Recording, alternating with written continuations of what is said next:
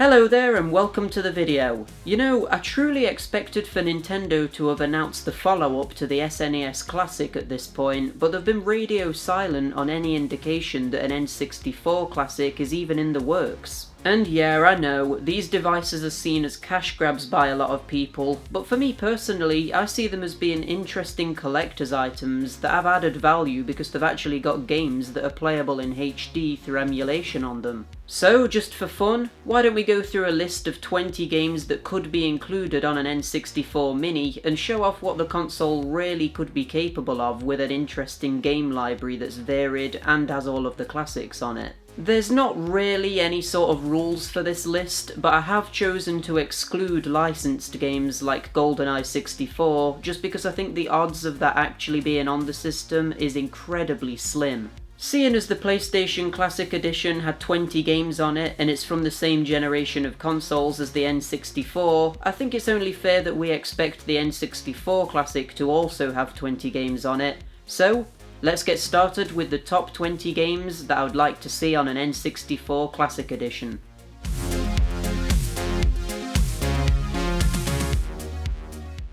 Right at the bottom of the list we have the original Mario Tennis. I think this deserves to be on the list purely for the fact it was the game that Waluigi debuted in. But as well as that, it'd be a great game to play multiplayer with up to 3 friends, as well as being fun to play on your own too. It's more watered down than some of the later Mario Tennis games, but that's to be expected. I mean, this is an N64 game, a lot of games on this list have sequels that are more fine-tuned, but it doesn't mean the original isn't worth a go.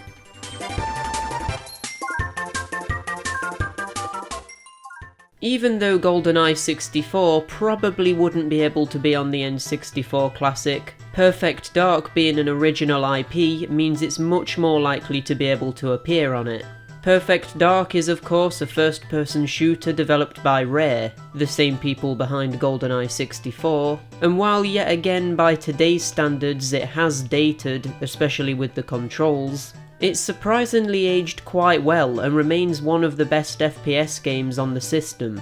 As well as having a great and interesting single player though, it also has a very highly acclaimed multiplayer mode, which makes it a great addition to the N64 Classic library. The one thing that's dated the game quite a bit is the low and inconsistent frame rates, but in theory with good emulation this could be smoothed out.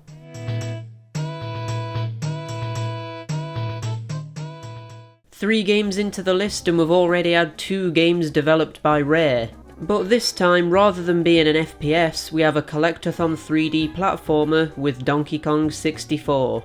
Even though this game has some serious structure problems by having awkward character switching mechanics and also by having way too many collectibles, if you can manage to look past these issues, the game is enjoyable and has its charm. It's by no means the best 3D platformer on the N64 and not even the best one on this list, but I feel like it still deserves a spot on the list and should be included on the console, even if just for being an interesting piece of history.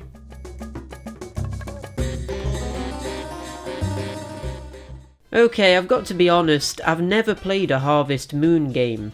I know quite a lot about them, and I know they've got a big cult following that's probably grown more recently thanks to games like Stardew Valley, which in a way could be seen as a spiritual successor to Harvest Moon. But I have no experience with playing the game for myself. However, that's exactly why I want it to be on the system. It'd be an interesting experience playing a game like this that I haven't even touched before, and I feel like with it being drastically different to any other N64 game, being a farming simulator, I feel like you could get a lot of use out of the system with this one game alone. Plus, this game only saw a release in Europe with the Wii U Virtual Console re-release, so there's a lot of added value by having it available on the N64 Classic for us Europeans.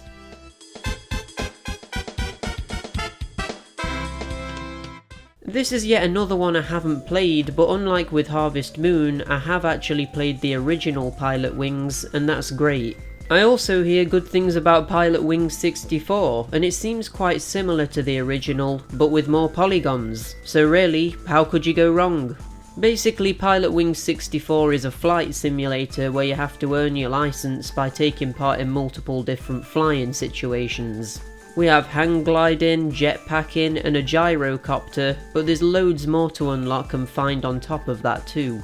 It's a big game and it's particularly impressive with it being a release title for the system too.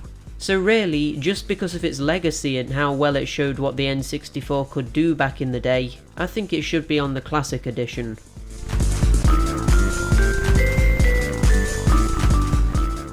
Because I doubt the N64 Classic would be compatible with Game Boy systems, I'm not going to put Pokemon Stadium 1 or 2 on the list, purely because I feel like the Game Boy interactivity is vital to the experience with those games. However, there is another Pokemon game on the N64, and it's one that fans have been asking for a sequel for ages now. It's Pokemon Snap. This is an interesting game because it's basically a rail shooter, but instead of actually shooting, you're instead taking photos of Pokemon. It would have been a very different game if you were shooting them with a gun. Not only is that premise an interesting idea though, but this game was huge at the time of release due to it being the first game you could see a lot of these Pokemon rendered in 3D in a video game, which at the time would have been mind-blowing. As well as simply taking photos though, you also have the ability to interact with the Pokemon by using apples and pester balls to achieve the best shot possible and also to make different Pokemon appear. The Wii U really would have been a perfect fit for a true sequel to this game. But while we did get a somewhat enhanced port of this original N64 version, that true sequel never came.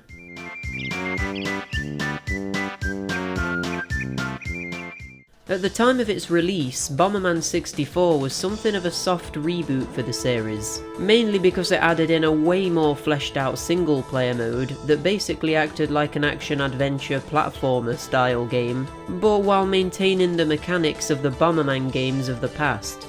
It stands out because of this even to this day, and in a lot of ways feels more fleshed out than some of the more modern Bomberman games, so just for that, I think this is an essential game to be included. Not only does Bomberman 64 have this in-depth single-player mode though, but, of course, it also has a 4-player multiplayer mode, which would be very entertaining in a party atmosphere, and gives it more value, which makes it an easy pick for the N64 Classic.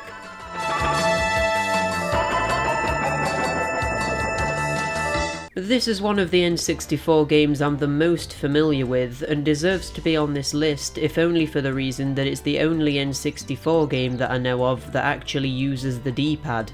So having this one on the Classic Edition would make half of the controller actually worth having, which is an obvious plus.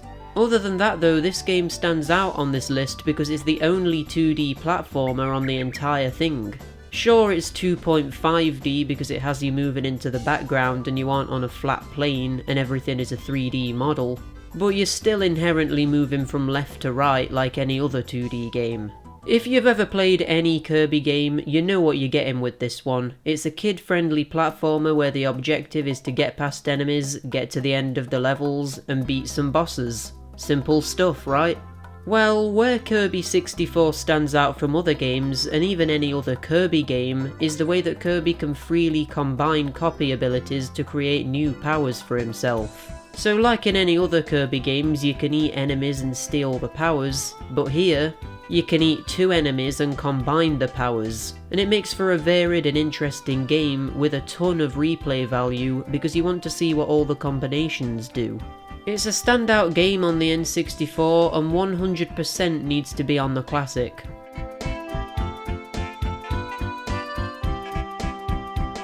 I've never been that big into the Star Fox series. I appreciate it and I know from what I've played that it's good, but I've just never considered myself a fan of it.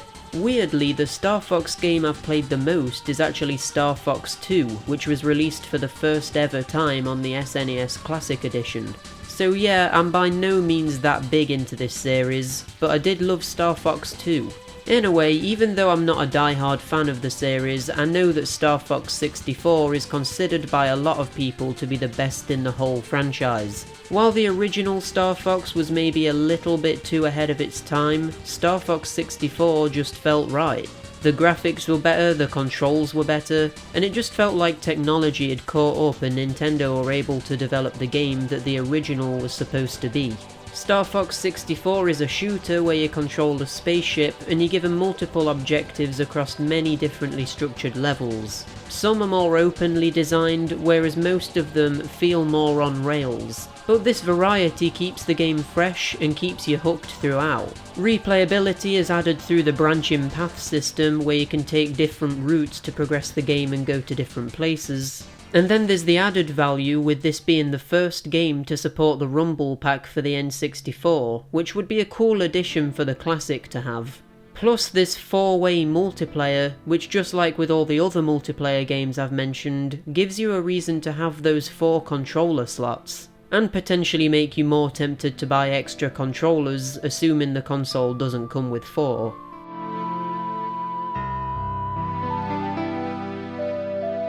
It's been a while, but we're finally back with another game developed by Rare, and while this one may look similar to Donkey Kong 64 in terms of tone and child friendliness, this game is actually anything but child friendly, and this aspect of the game kinda makes me doubt it would be included in the Classic Edition, but I don't care, it should be included, damn it. I mean, the very start of the game features Conker the squirrel looking for his girlfriend after getting drunk with his pals at the pub.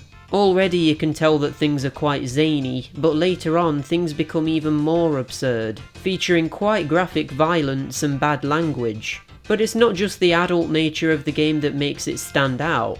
It's also a great platformer and features some really interesting concepts that are genuinely cool. Like a moment where there's fourth wall breaking where the characters interact with the game developers, and, of course, there's a singing poo. What more do you want?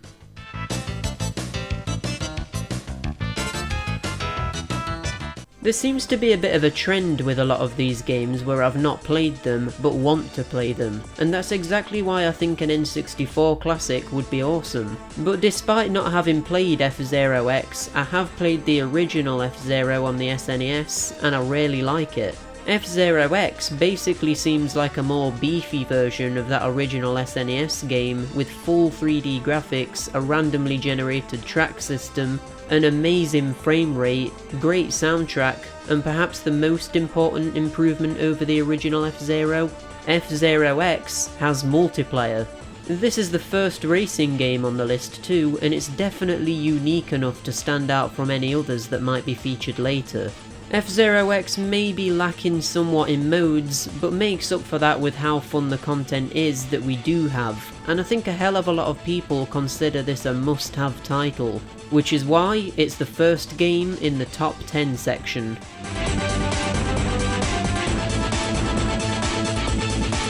It might be obvious at this point, but I didn't grow up with the N64, and most of my experience with the console has come from playing friends' systems or through emulation on the Wii and Wii U. I had a PlayStation, and have really only more recently started getting into Nintendo. And yeah, I was missing out on a lot of stuff as a kid. Because of this, yet another series I've completely missed out on is the Paper Mario series. In fact, I've not played a single Mario RPG, so I guess the first Paper Mario would be a good place to start, seeing as I've heard it's aged really well and it's supposedly one of the best in the series. So Paper Mario stands out primarily with its art style, having 2D characters made of paper walking around 3D environments. But it also stands out with its gameplay, having more puzzles than a standard RPG, and having a more action-focused combat system than most other turn-based RPGs at the time. You'll need good timing and be able to perform different actions with the controller while in the middle of combat, rather than just watching the action take place on screen. And this is way more appealing to me than the standard turn-based stuff. Even though I've never played it, just talking about it is making me want to give it a go.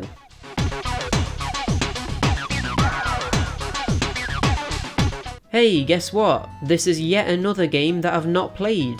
I've played a few of the GameCube Mario Party games, but I've never gone back to the series' roots with the N64 games. Because I've not played any of the 3 original games, I actually considered putting all 3 of them on the list because they're so similar. But after doing a bit of research, Mario Party 2 seems to be the most highly regarded, even being considered the best in the entire franchise by some people. So yeah, it's a no-brainer to have it on this list, and it would offer a multiplayer-focused game that's totally different to anything else, giving you more value in the system.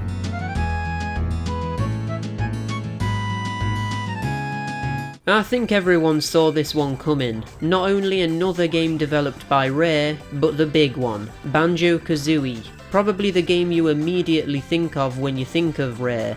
It is for me anyway. So what is there to say about this game? While I don't think it's as polished or as fun as another 3D collectathon coming up on this list, it definitely holds its own against it. And there are people out there that think this is the best platformer on the system.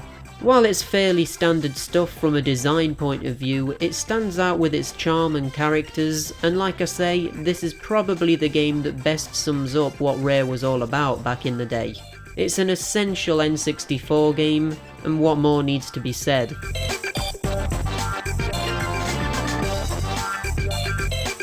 Well, we're finally here, the last game on the list developed by Rare. And I've got to say, I obviously knew that Rare were a huge part of the N64 library, but after making this list and seeing just how many titles they developed that are absolute top quality, even matching or sometimes surpassing Nintendo's own games, it makes me think that if for some reason Nintendo couldn't get the Rare games onto the N64 Classic, they might as well not bother with it. A quarter of all the games on this list have been made by Rare, and it's crazy that they were this consistently good. Anyway, enough gushing about Rare, and let's talk about another game I've never played. Diddy Kong Racing is a particularly interesting game to me because it served as heavy inspiration for what I consider to be the best kart racer ever made, Crash Team Racing. So to be honest, I really have no idea why I've never played this.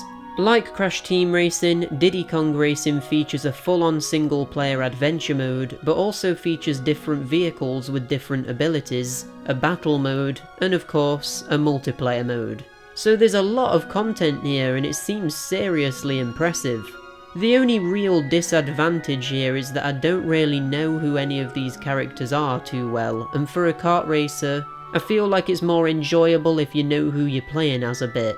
But still, I really want to play this, and it would be amazing to be able to play it on an N64 Classic.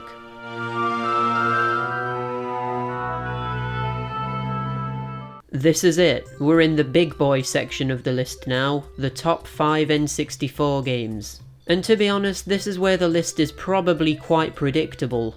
I mean, the entire thing could have been considered predictable to be honest, but still, you're probably able to guess the next games coming up quite easily. But there's a reason for that. They're the cream of the crop. But anyway, we're not here to talk about that, we're here to talk about Mario Kart 64. I actually think that if I had played Diddy Kong Racing, there's a possibility that I would prefer it to Mario Kart 64. But because I've actually played Mario Kart 64, I kinda have to put it higher by default. So what is there to say about Mario Kart 64? While it's more dated than the more modern Mario Kart games and feels a lot clunkier, you can't ignore the legacy this game had, and still to this day it holds up quite well and you can get a lot of fun out of it. It's another game where it's multiplayer focused, but it's just as fun playing on the single player and mastering the courses, to be honest. It's an absolute essential and it's a totally obvious pick for the classic.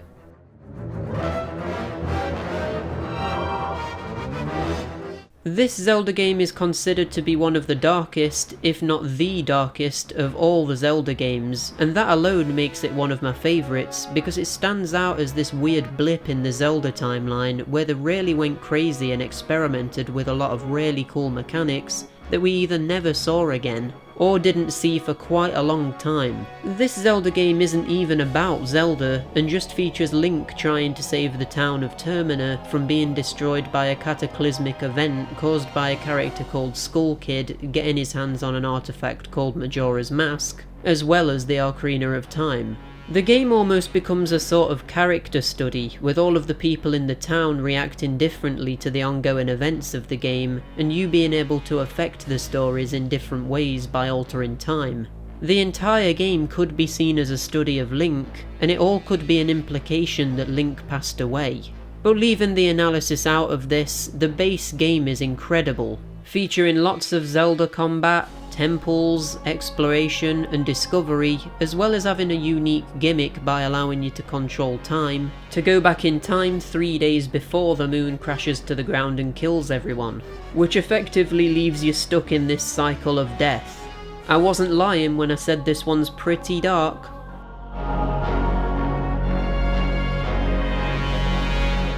I mean, what is there to say about this? It's Super Smash Bros. For God's sake. While this original game doesn't have the depth or the sheer amount of content that the later games have, this is still an absolute blast to play, and is the single best multiplayer game released for the console in my opinion.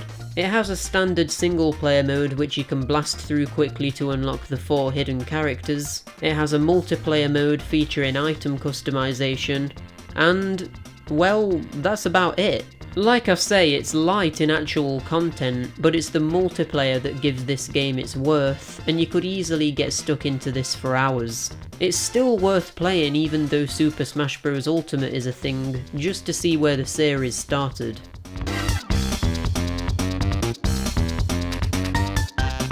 Now you know what number 2 is, I'll give you one guess as to what's next. But for now, we've got Super Mario 64, the best platformer on the N64 and potentially one of the most important and highly acclaimed games ever made. This was Nintendo's chance to show the world that they understood 3D game design, and not only did they show that they understood it, they showed they had pretty much mastered it even at this early stage. Well, I say mastered. While there are a few things I could say about this game that are negative, the overall experience you're gonna have with this game is amazing, and it's really unlike any other game I've played. Of course it's similar to other 3D Mario games like Sunshine, Galaxy or Odyssey, but Super Mario 64 just has this charm to it that you can't replicate. When you think N64, Super Mario 64 is most likely the first thing that pops into your head, and if it isn't, it's probably this.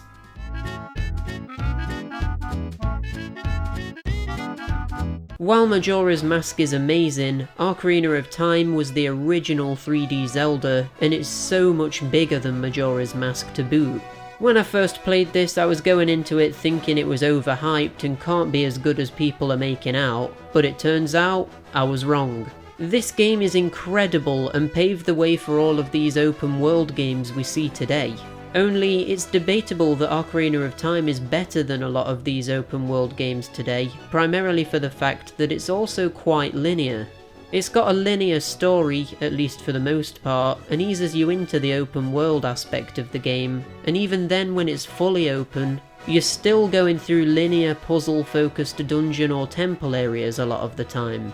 But this linear aspect gives the game focus and keeps the flow of the overall story going in a way which is difficult to do in modern day open world games. So in that aspect, I find Ocarina of Time to be more interestingly designed than say Red Dead Redemption 2 or similar games. Not only is the open world aspect amazing though, but everything is incredible. The characters, story, combat, puzzles, progression, graphics, everything is as tightly made as you could possibly get on the N64. And this is, in my opinion, the ultimate game released on the system and absolutely needs to be on the N64 Classic. Well, that concludes this massive list of games. I can only hope now that Nintendo sees this video and gets to work making my dream N64 Classic Edition with all the games featured on this list. It was actually pretty difficult narrowing this list down to 20 to be honest, so let's just go through a couple of the games that narrowly missed out on being included. There's Wave Race 64, which would be a different style of racing game and would be quite interesting to see included. Dr. Mario 64, which would be nice because it would be the only puzzle game on the Classic, unless they put Tetris on it or something. There's Mario Golf, which is good, but maybe a little bit uninteresting and mediocre when compared to some of the titles on my main list. Banjo-Tooie, which of course would be an awesome addition, but I think most people have fonder memories of Banjo-Kazooie, so I would include that over Tooie.